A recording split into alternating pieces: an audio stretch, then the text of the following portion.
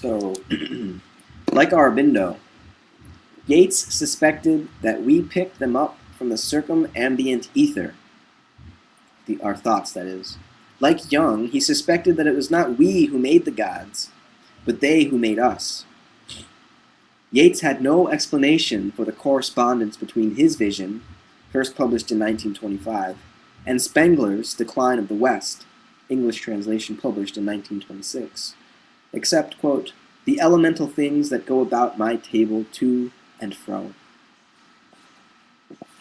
Not all thoughts are of equal value, and the least valuable are those most personal to us.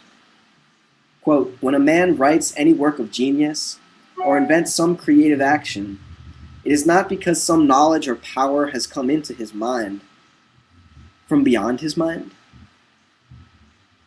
In the old days, so Yates suggested, it was the enchanter that, quote, kept the doors of those less transitory minds, the genius of the family, the genius of the tribe, or it may be, when he was mighty-souled enough, the genius of the world.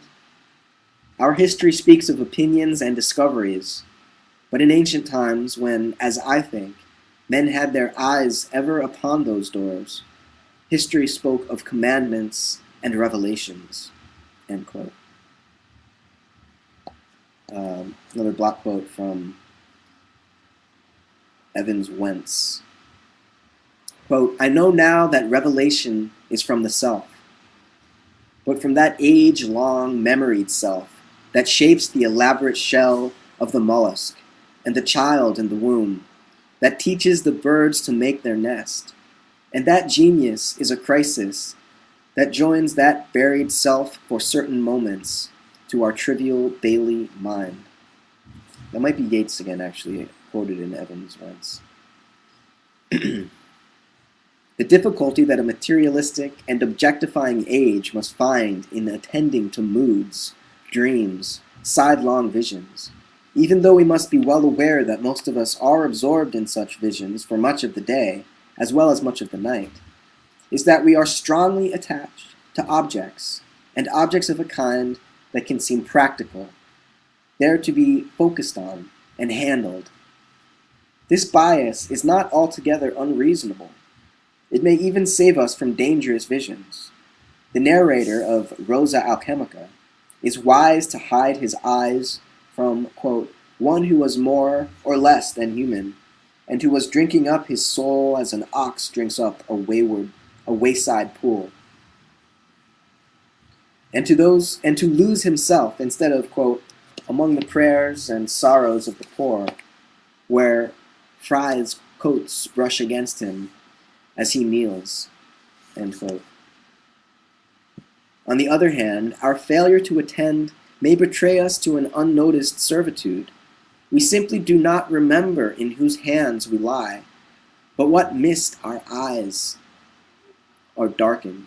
By what mist our eyes are darkened. One dominated by anger honestly believes that she is simply responding to objects out there in the world. Although a moment's spiritual attention would recall to her the presence she has invoked or allowed to surface. The difficulty of seeing that presence straight is that it vanishes upon inspection, like those visions of twilight that can only be seen out of the corner of one's eyes.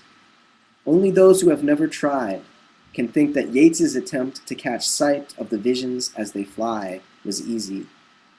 Nor should those who have not practiced such attention be quick to dismiss Yeats's suspicion that such presences have a real outward effect. Quote, G dash, which I guess is a name which is remaining undisclosed.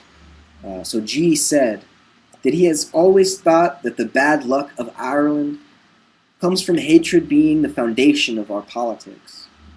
It is possible that emotion is an evocation and in ways beyond the senses alters events, creating good and evil luck. Certainly evocation with symbol has taught me that much that we think limited to certain obvious effects influences the whole being. A meditation on sunlight, for instance, affects the nature throughout. producing all the effects which follow from the symbolical nature of the sun. Yope.